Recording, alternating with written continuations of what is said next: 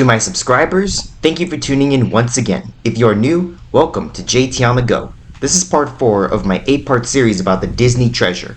If you missed parts 1 through 3, I recommend watching all of them in chronological order. It is morning time and we are in the British Virgin Island of Tortola. Take a look at the blue flag flying on the top. That is the British Virgin Islands flag. As the ship maneuvers to dock, we are going to eat breakfast at the Marceline Market. As I mentioned in part 2, some days can have different start times for breakfast, depending on whether the ship is in port or not. This is an example. Breakfast here today started at 6:45 a.m., 15 minutes earlier than the usual 7 a.m. time. Lunch hours are the same. It turns out we are docked in the city of Roadtown, which is the capital city of the British Virgin Islands. For today, our ship will be the only one docked here. Today we are doing our own excursion. We are going to Virgin Gorda to explore the famous Virgin Gorda Baths. It's important to have the right attire when exploring the baths. This means the right shoes, no flip-flops. There is the Disney treasure nameplate right there. To get to Virgin Gorda from Tortola, we have to catch a ferry to Spanish Town. The ferries between the islands leave once an hour. Due to the fact that the first boat to Virgin Gorda is leaving at 8 a.m., we had to run to catch it.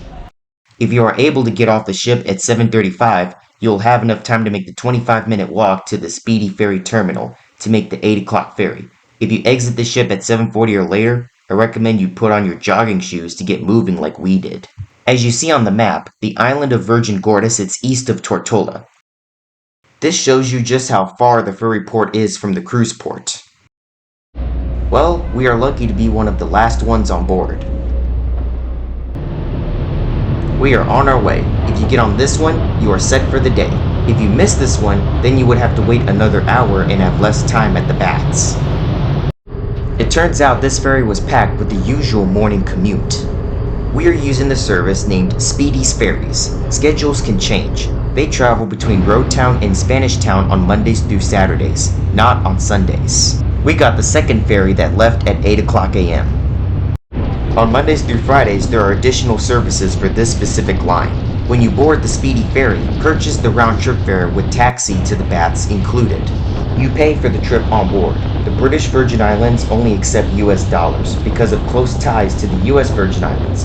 This is what led to the British Virgin Islands adopting the US dollar in 1959. The ride from Roadtown to Spanish Town takes about 25 to 30 minutes. The city that we are being dropped off at is Spanish Town, the major city in Virgin Gorda. With that out of the way, to get to the famous baths, we need to catch a taxi. The population of Spanish Town and Virgin Gorda itself is 3,930 people. The trip from Spanish Town to the Virgin Gorda Baths entry is a 10-minute taxi ride. Disney Cruise Line has excursions to the Virgin Gorda Baths. They sell out quickly, but we chose to be on our own and tour it ourselves. However, because we didn't take the excursion, we were one of the very first people there. They drive on the left side here in the British Virgin Islands. The excursion itself left later than us.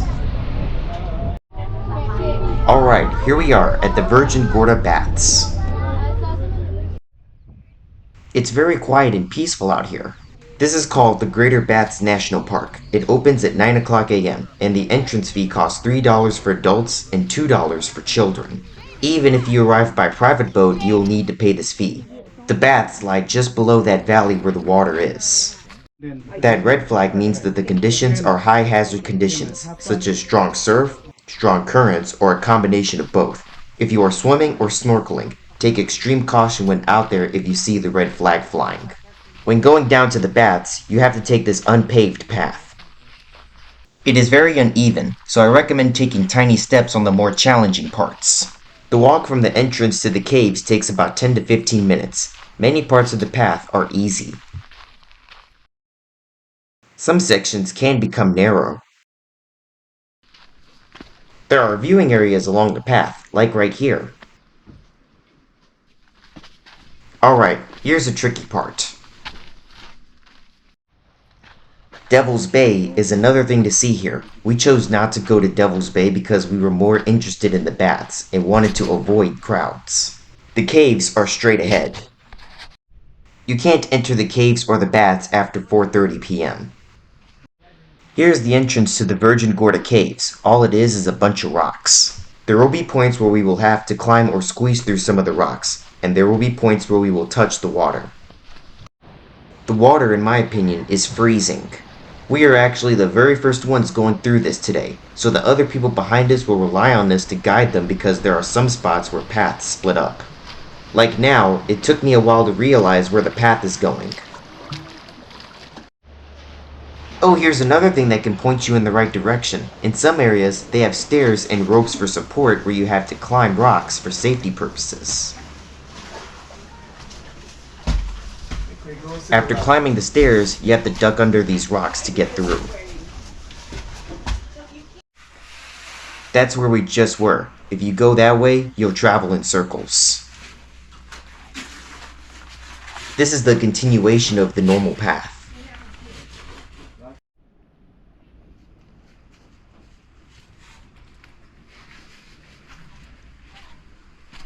Now we have to squeeze through this rock. This is a reminder to have proper attire and proper shoes. No flip-flops. I don't recommend flip-flops. Someone left these behind. We are currently walking through the caves to get to the bath beach. When going down these stairs, you have to do it like climbing down a ladder. This is difficult, but this is the path to the bath's beach. This could be challenging for those requiring assistance. The Virgin Gorda Baths came to be because molten rock pushed up into existing volcanic layers, cooled and solidified, and then underwent extensive weathering and erosion, creating the unique granite boulder formations we see today. In some parts of the trek, you may need to use the rocks for support. Then after that, you need to use the rope to reduce the risk of slipping and falling. This is the most famous spot of the Virgin Gorda Baths that come up when you research this place on the internet.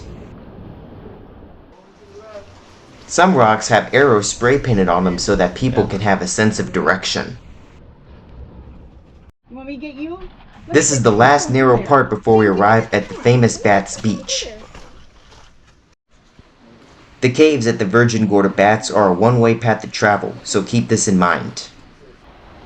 Once again, we were lucky with the weather. Today, over 100,000 visitors a year visit the Virgin Gorda Baths to explore the caves and finish with the day out here. In the trees, there is a small restaurant where you can grab a bite to eat. Poor Man's Bar is the name of this place. The swing here is my favorite part of this bar. There are a few shops by the Baths Beach that sell clothes here. There are also shops at the exit up top. Near the bathrooms, they have lockers. The bathrooms are right here. There are also faucets you can use to rinse your feet. If you are up for the challenge, you could climb these rocks. While we were navigating through the caves, the flag at the entrance was changed from red to yellow. Yellow means a medium hazard with moderate surf and/or currents. To me, the currents aren't bad, but if you aren't careful, they can throw you straight into the rocks that make up the caves. There are a handful of private excursion boats parked outside the Virgin Gorda Caves and Baths already. Time to go. If you walk past the bathrooms, you'll find the exit, which will take you where we started our descent. The hike will take about 15 minutes uphill. These paths you have to take from the entrance to the baths and back to the entrance are like a scenic nature tour. If you are lucky, you can find some wildlife out here. We saw an iguana change colors and a chicken wandering around. We are back at the entrance. If you are hungry after the hike, there is a restaurant up here called Top of the Baths. You'll find it right outside the entrance. There is the entrance to the Virgin Gorda Baths, which means we came full circle. The full trek is about a mile. The crowd started rolling in after we got out at 12. You hear that music playing in the background? The instrument that plays it originated in Trinidad. The ticket booth ahead is where you will pay to enter. They clearly have chickens just wandering around. The Speedy's company also runs taxis. This will be our ride back to Spanish Town. See that band in front of my magic band? That is a Speedy round trip pass. It could get you onto both the taxis and ferries. We are leaving the Virgin Gorda Baths. There are multiple taxis here, which means the number of people here was way more than the amount of people here when we arrived earlier this morning. The primary language spoken on the British Virgin Islands is English. Some people here speak Spanish because Puerto Rico is one of the closest neighbors to the Virgin Islands. We are heading back to the Disney Treasure to try out the Aqua Mouse. Most of the ship's passengers are off exploring the British Virgin Islands, and it's not that windy today, so today is a great day to do it. Here we are, back in Spanish Town. Make sure you check the return times because the schedule may change. A round trip from Road Town to Spanish Town is $30 for anyone 12 or older. The same trip is $20 for anyone from 5 years old to 11 years old. And a round trip from Road Town to Spanish Town is $20 for anyone greater than or equal to 65 years old. The taxis are also included with your fare. Here's our boat, ready to take us back to the Disney Treasure. Road vehicles can be transported by larger vessels like that one. Time to head back to our ship. A lot of boats are parked here. If you look from the back of the boat, you could find the Virgin Gorda Baths. The ferries do travel at high speed when crossing through the open ocean. The Virgin Gorda Caves and Baths are in that direction. What we see here is a cargo boat also heading to Road Town. If you hear that popping noise in the exhaust pipes, that is not a good sign. That boat did not come into Road Town until long after I got back on the ship. Cargo boats are literally slower than passenger boats. In case you are interested, there is an airport which is on Beef Island, connected to Tortola by roadway. It is an international airport. By now, we passed Beef Island and are right next to Tortola.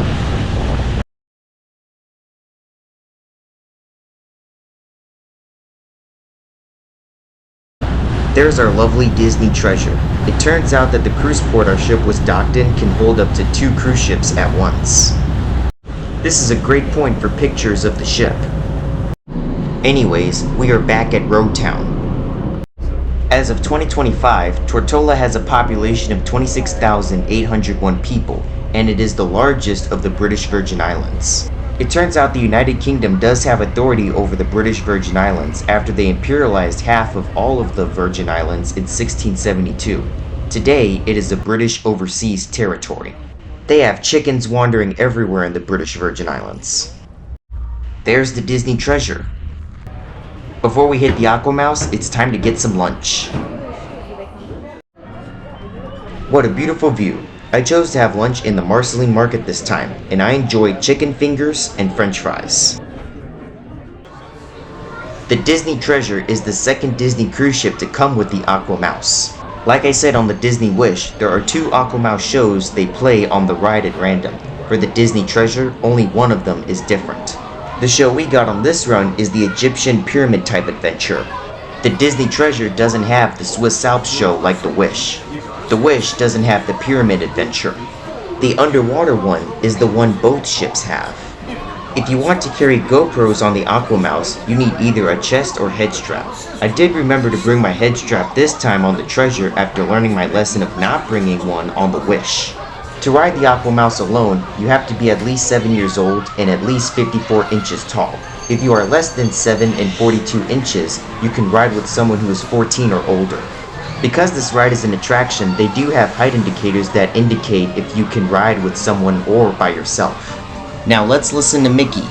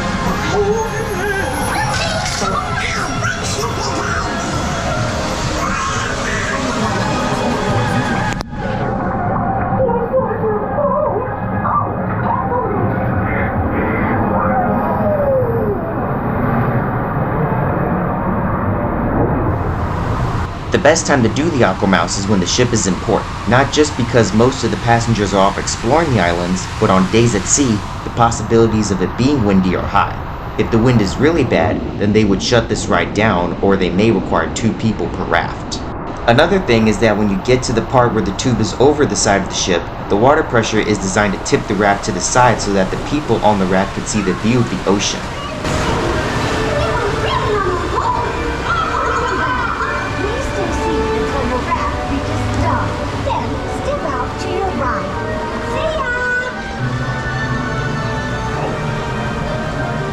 With the Aqua Mouse out of the way, it's time to hear the Disney Treasures performance of ship horns.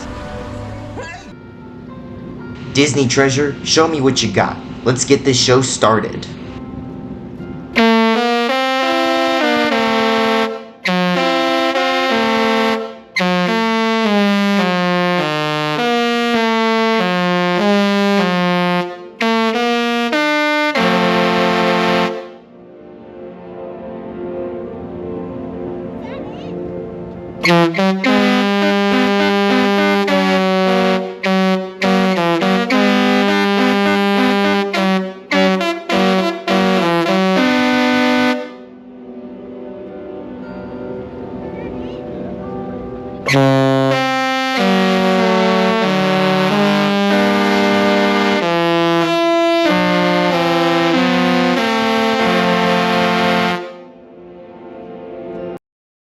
That was awesome. We are leaving Tortola. Our next stop will be St. Thomas in the US Virgin Islands.